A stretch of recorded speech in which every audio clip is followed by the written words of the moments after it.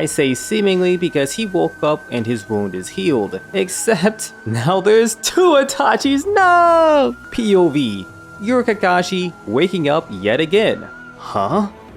Who's that? Did Asuma get— no, wait, no, that's me!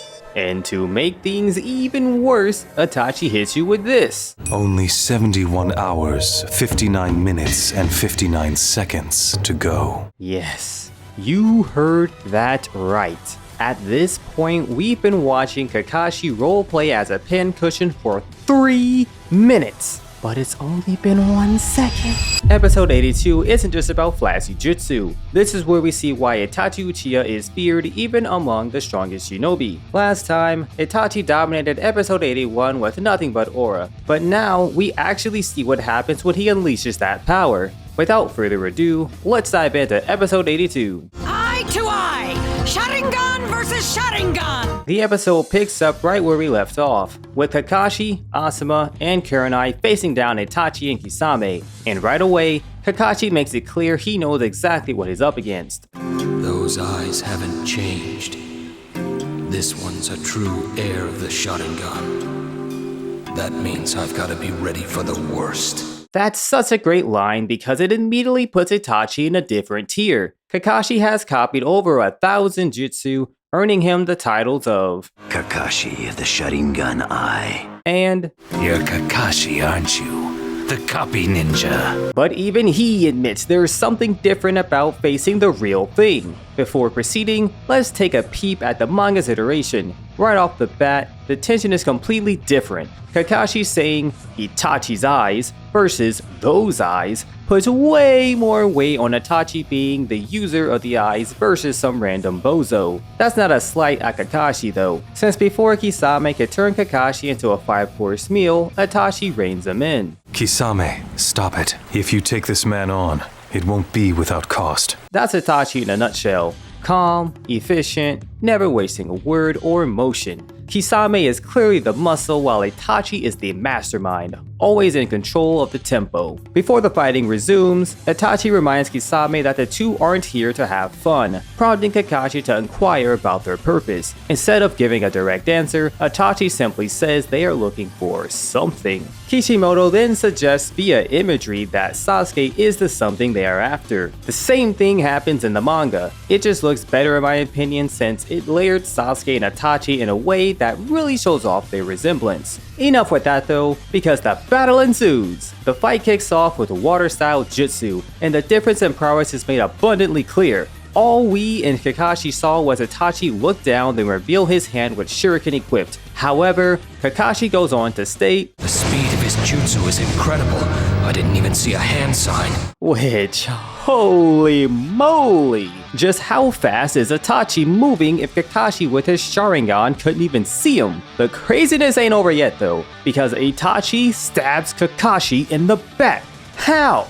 According to Kurenai, Itachi used a shadow clone, but it ain't over yet because Itachi stabbed a water clone, which Kisame really seemed to like, since Kakashi mastered one of his village's jutsu. Getting back into the action, Kakashi is revealed swimming underneath Itachi, which means he likely created the water clone when he was shrouded by his water wall. Kurenai takes the kunai from Kakashi and squares up to fight Itachi. Kakashi then flies out of the water, tackling Kurenai away, while yelling, Get back, Kurenai! That one's the shadow clone. Which, what? Was Itachi never actually standing next to Kurenai? Or did he create a clone then swap places with it without anyone noticing? I don't know. What I do know is, Naruto pulling out those explosive clones would be absolutely wild. But perhaps not as wild as Asuma getting fed up with Kakashi's glaze. Stay on your toes. This guy was made chief of Anbu Black Ops when he was only 13.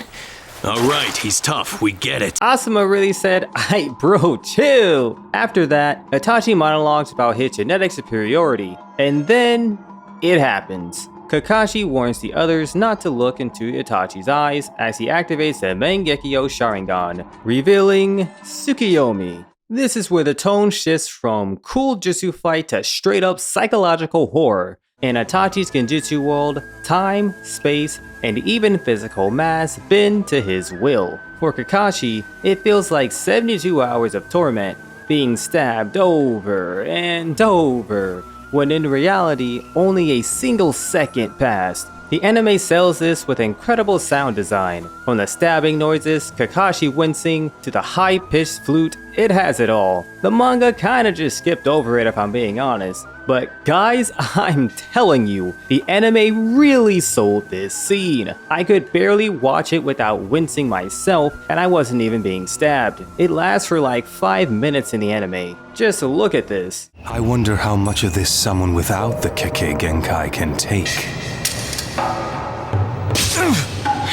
Putting the foreshadowing aside, Kakashi is first only stabbed one time and seemingly dies. I say seemingly because he woke up and his wound is healed. Except, now there's 2 Itachis, no! Those 2 clones go to town on Kakashi until he dies again. But it gets worse. POV, you're Kakashi waking up yet again.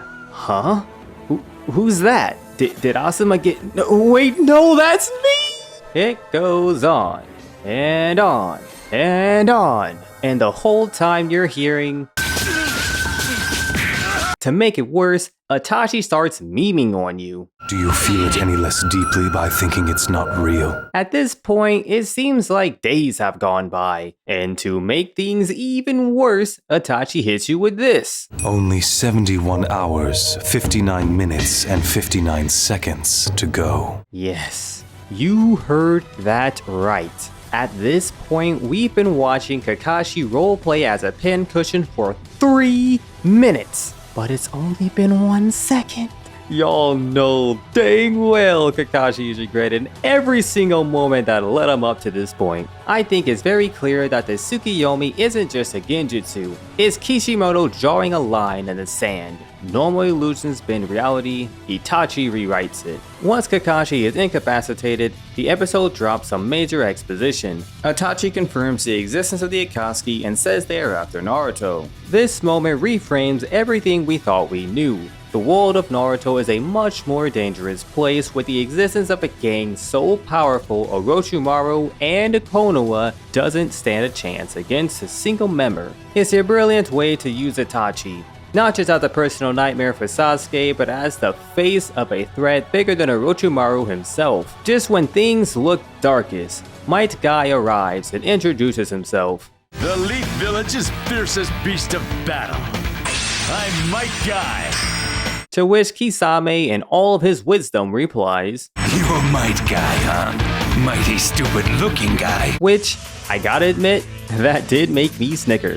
But Itachi didn't think it was very funny though. But Guy isn't just here for comedic relief. He reminds us there are ways to counter the Sharingan. Don't worry, just don't look in his eyes. That's the key to fighting an opponent who's using Sharingan. Focus on his feet. You can read what he's gonna do from his feet. And notice Itachi's reaction. No, Kisame. We're pulling out.